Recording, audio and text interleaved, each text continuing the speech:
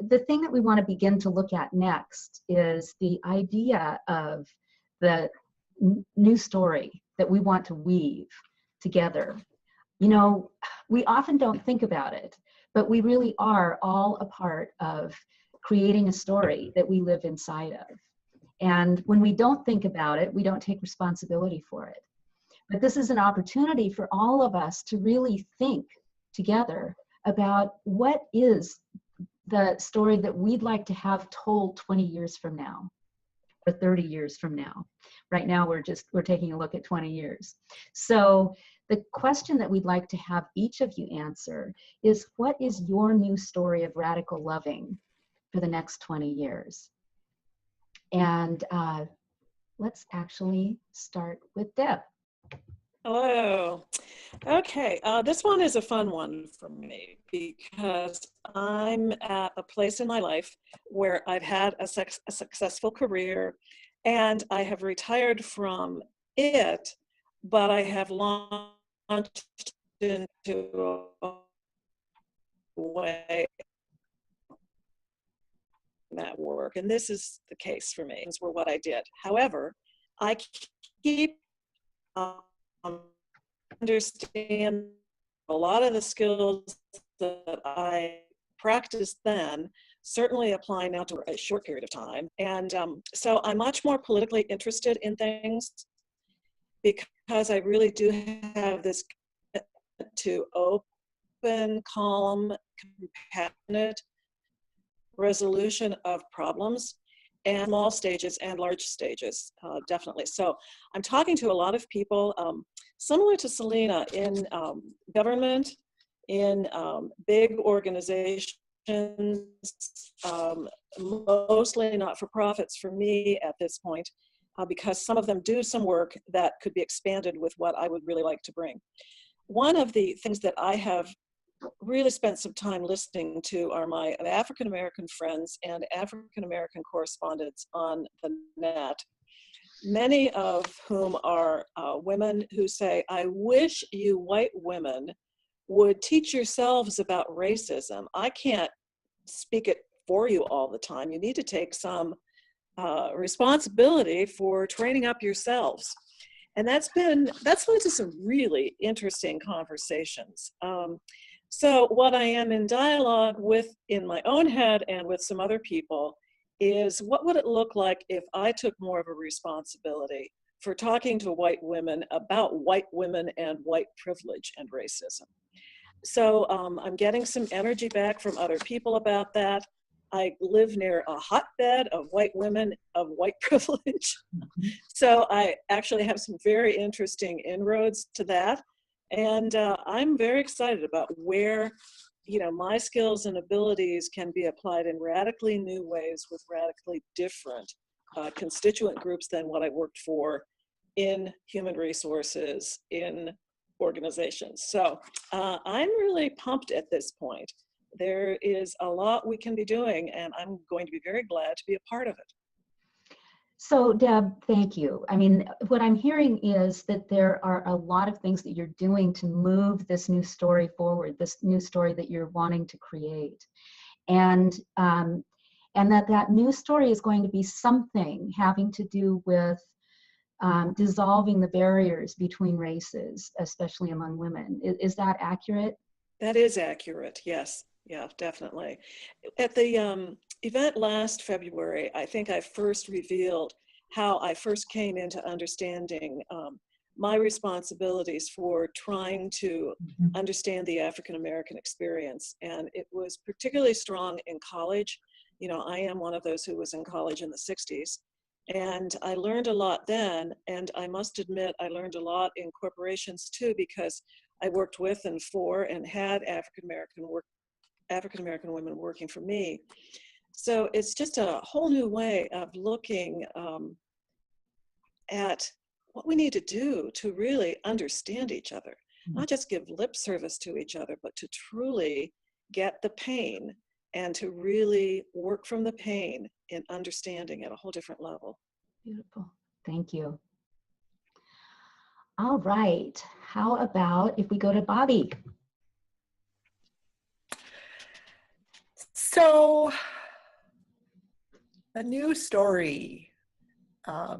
Interestingly enough, a couple of the themes from this radical loving and this idea of a new story percolated in my showing up in at the Sacred Ambition event in August of 2015 and again August of 2016.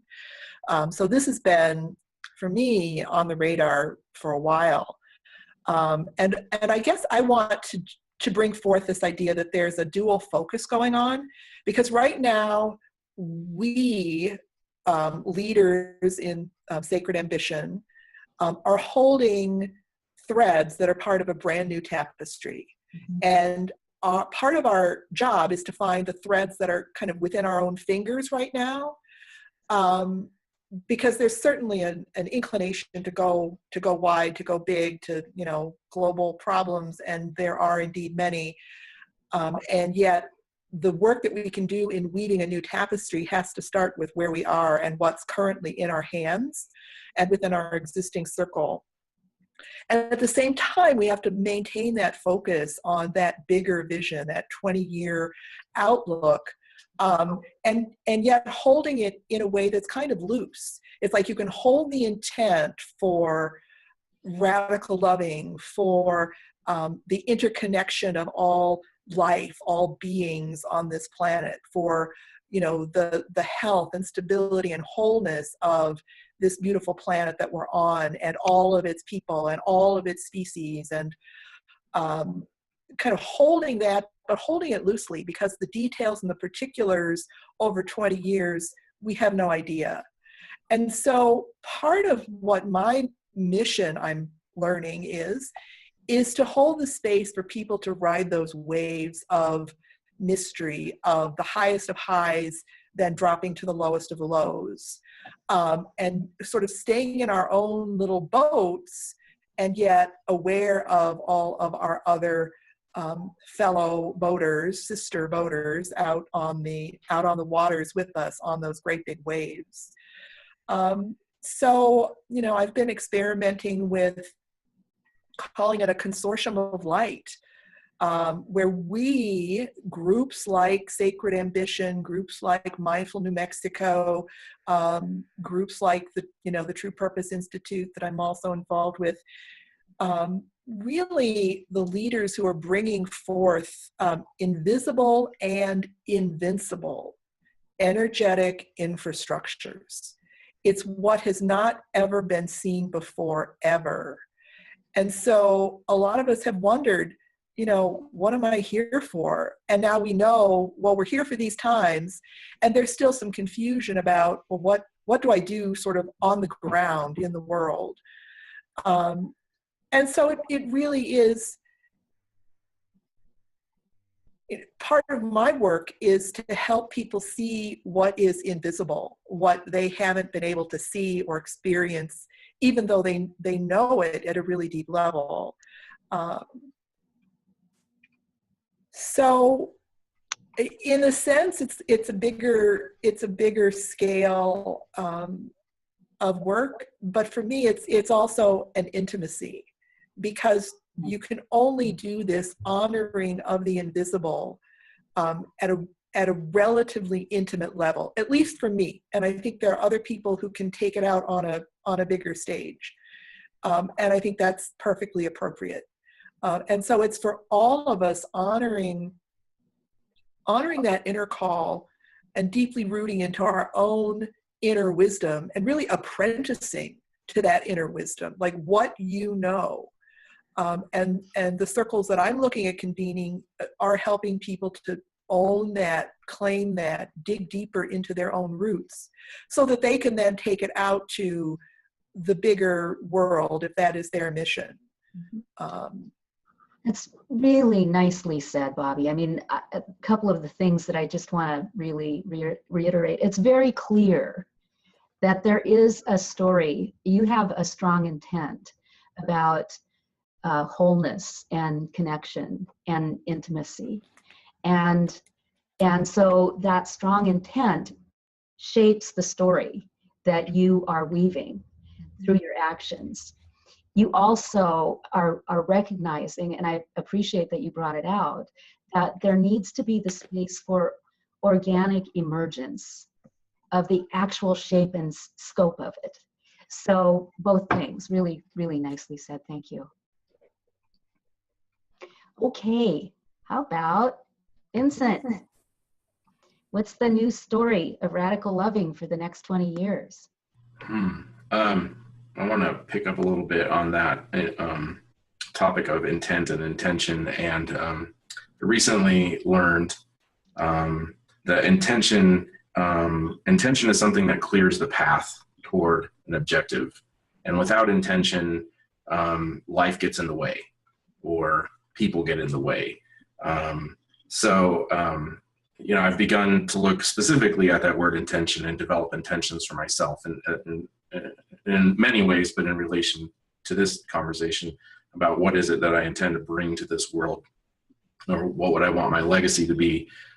What if I didn't make it 20 years, let's say? So what would I want to have brought into the world that lasts beyond myself? So there are several things that I'm doing now, which I hope will impact the future, whether I get there or not. And that is a lot around the conversations that I'm having and the people that I choose to spend my time with in my life. The word namaste was something that Bobby brought up, and recognizing the light in people. It can sometimes be very difficult, not impossible, but you might have to look a lot harder for some people than others. But I also realize that I can recognize somebody's light, and that doesn't mean I have to engage with them or engage with anybody who isn't bringing light to the surface. So how I choose to spend my time and who I choose to spend my time with, I think is already beginning to have a huge impact on the light that I personally am bringing into the world. A lot of that actually is around the change in direction in the books that I'm consuming and the movies that I'm consuming, and the conversations that I have with people around those books and movies and television shows, with my own family, with my kids, with other people in different circles. I am currently developing a game which I hope will be a board game and an online game and probably a social media game centered around gratitude, because I have personally found it to be this year something that brings a lot of joy and happiness into my life, and also has the effect of washing away a lot of the things that drag me down or make me sad. And then the challenge in that is actually being grateful for things that might actually make me sad, as a way of turning the proverbial frown upside down. I guess I'm looking for ways to create or manifest things that I believe will last beyond myself. Because I want for my kids and their kids and generations hereafter to be standing on, to use the quote, but, to be standing on the shoulders of giants. And, Martin Luther King continues to be an inspiration to me, and he's not here with us, but his legacy is so powerful, and what he has left for us and the shoulders that we stand on with him can never be diminished, no matter who makes it the next 10, 20, or 30 years or not. So I guess leading by example, being the change, and showing up are three areas that I feel are changing the future that I'm living into. And that 20 years from now, I will have been an instrument to that change, to the positive outcome and the world that I'd like to see. Thank you all, by the way, for contributing to this conversation. I'm in awe of what I've heard so far, and it continues to provide me the strength that I need every day to do the things that I do. Earlier today in Albuquerque, we heard that the Jewish Community Center was shut down because of a bomb threat, and apparently that's occurred at other Jewish community centers around the country. And that's something that just on any other day could really bring me down, could really set me off or trigger me or something. And the way that the community is reacting to that is the positive thing that I am allowing myself to see, where I wouldn't ordinarily see that, perhaps. So finding the light in people and the good. And helping to create a more joyous, grateful, happy world. Indeed.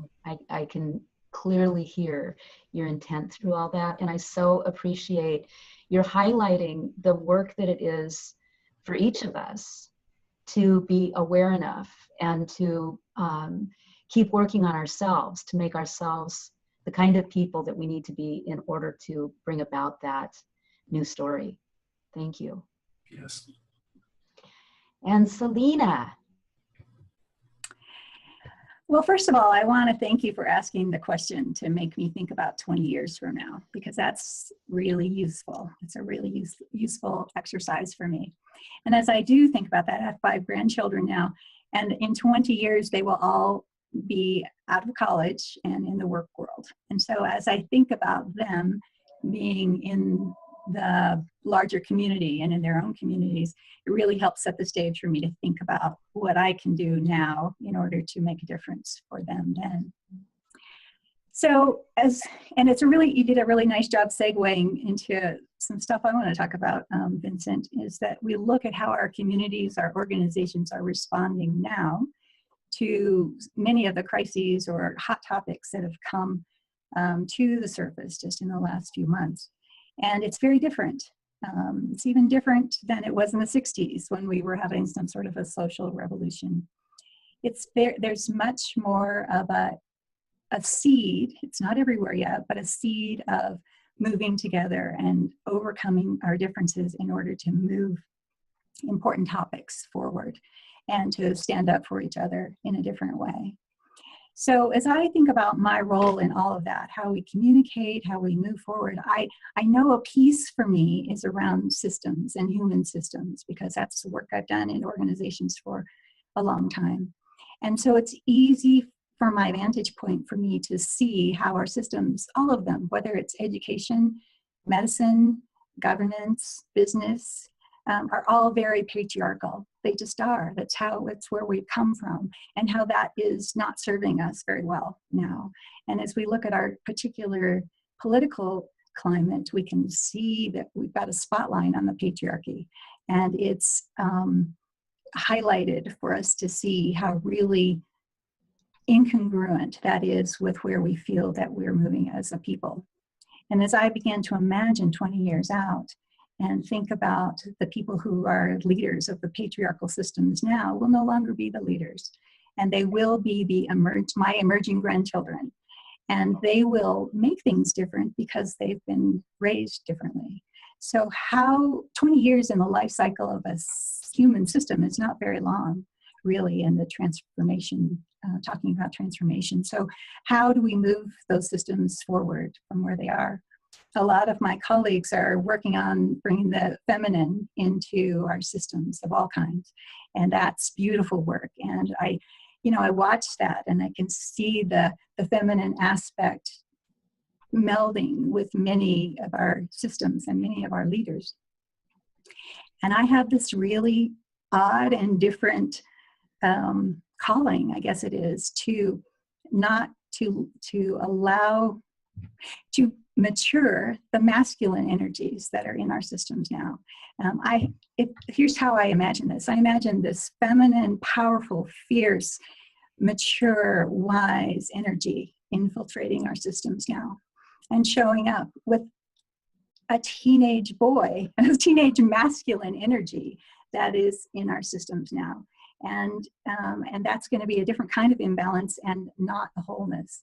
So I know that part of what I'm called to do, which I really don't have a lot of clues yet how to do it, but it's not going away, is my purpose is to take this immature male masculine essence that is in our systems now and help it mature into this more grounded, powerful, wise version, so that the feminine can integrate with the elevated feminine can integrate with an elevated masculine. And then we have a wholeness that I believe our systems can get to, and maybe in 20 years. So I think there's no time to waste. So for me, the radical loving of all of that is to break out of the smallness of what we're doing, what I'm doing at least, and take some more stand in what we know to be coming and what we want to be coming to the foreground. Wow. Thanks. Beautiful. I mean, one of the things that I so love about what you said is, actually, there's a couple, but one is you're clear about your intention and you don't know how to do it. And I think a lot of us are experiencing that right now. And certainly, Selena, the conversation, the story that you're talking about helping to weave is one that is different than the one that we have today, where it's either or, and you're wanting to weave an and. Yeah, very much so. Thank you. Well, I just loved hearing every one of your stories, the new story that you're leaning into, that's emerging, that you see 20 years and all the different aspects of it. Thank you, Laura, for also your comments and reflections back.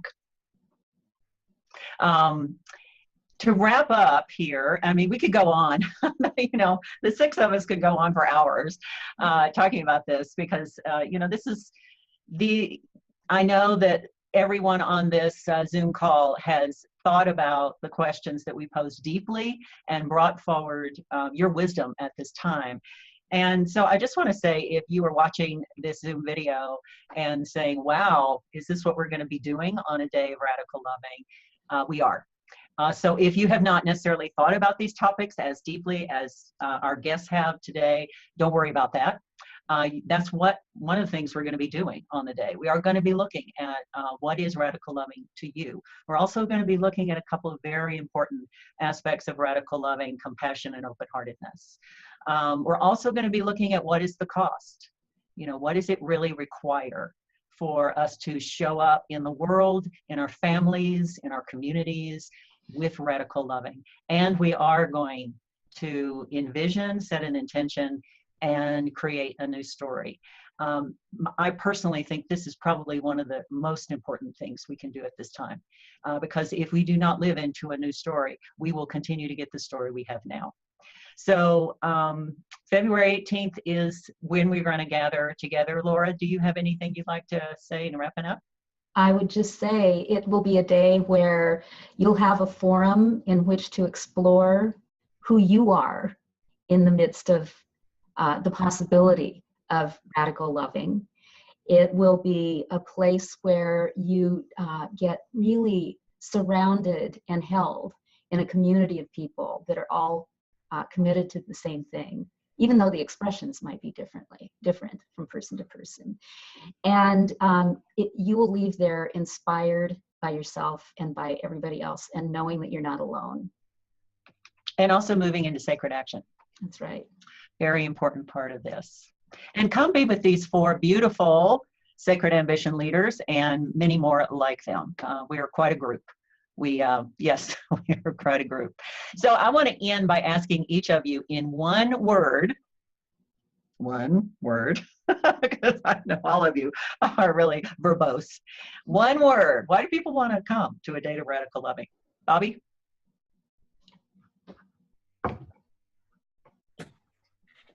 Fierce. Fierce. Vincent, why do people want to come to a day of radical loving? Can I hyphenate? Okay. It all starts with self-love. Self-love. Great. Deb, why do people want to come to a day of radical loving? Energy. Yes. And Selena? Connection. And what would you say, Laura? I would say love. Mm-hmm. I would say too, radical loving. So thank you all. I'll see you very shortly. Big love. Big love. Bye.